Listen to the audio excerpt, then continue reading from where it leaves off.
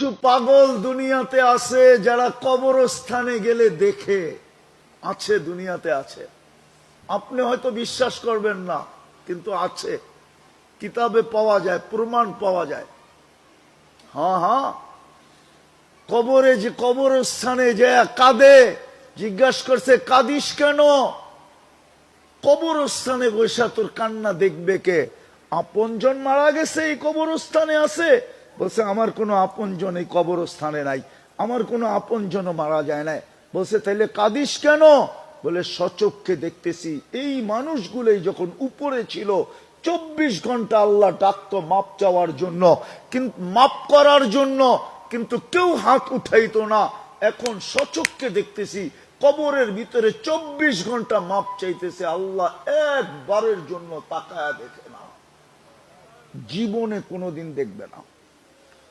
পারবেন শোয়ার সময় মাপ চাইতে, তওবা করে ঘুমাইতে পারবেন? ওয়াদা অঙ্গীকার কে কে? আল্লাহ কবুল করুক নামাজ। সর্বশেষ আজকের থেকে নামাজ, আল্লাহর ঘর ধরেন। আয়ে কিয়ামতের দিন যদি ডাইকা বসলো না, আইনা জিরানি, ফেরেশতারা বলবে সুবহান ওয়ালাকাল জিরান। আল্লাহ আপনি ছিলেন কোথায়? আপনার প্রতিবেশী আবার কে? এইখানে তো একজনই আসতে পারছে, আর তো কেউ আসতে পারে নাই, তো আপনার প্রতিবেশী হইল কোত্থেকা? মনে হয় বোঝেন না, একজন। আরো সে কয়জন গেছে? কে? আপনি তো বলতেছেন জি আইনা জিরানি, আমার প্রতিবেশীরা কোথায়? কিয়ামতের দিন ডাইকা বসবে, ফেরেশতা বলবে আপনার প্রতিবেশী? আল্লাহ বলতো যাদের সম্পর্ক আমার ঘরের সাথে বেশি বেশি ছিল ওরাই আমার প্রতিবেশী, ডাইকা নিয়ে আসো। পারবেন মসজিদের সাথে সম্পর্ক জুড়তে? পারবেন না? শুধু নামাজের সময়, নামাজ ছাড়াও মসজিদের সাথে সম্পর্ক জোড়েন, আলেম ওলামাদের সাথে সম্পর্ক জোড়েন। যত বেশি ঘনিষ্ঠ হবেন আলেম ওলামাদের সাথে, আজ বুঝানো যাবে না আপনাকে, কালকে আপনি নিজেই বুঝবেন।